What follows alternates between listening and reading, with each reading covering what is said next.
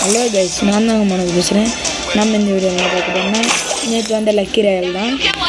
வாங்க பார்ப்போம் நம்மளுக்கு எவ்வளோ பர்சன்டேஜ் தரான்ட்டு.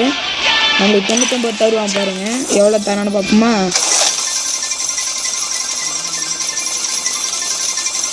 கரெக்டாக 40 வரும்போது தொடுவோம், 42 வரும்போது தொடுவோம். ஏன்னா அப்போ தான் கொஞ்சம் அதிகமாக விழுவும். வாங்க பார்ப்போம் எவ்வளோ விழுதுன்ட்டு. கொடுப்போமா?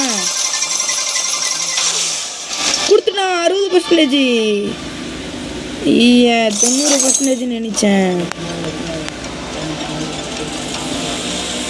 என்ன எலவுடா இது?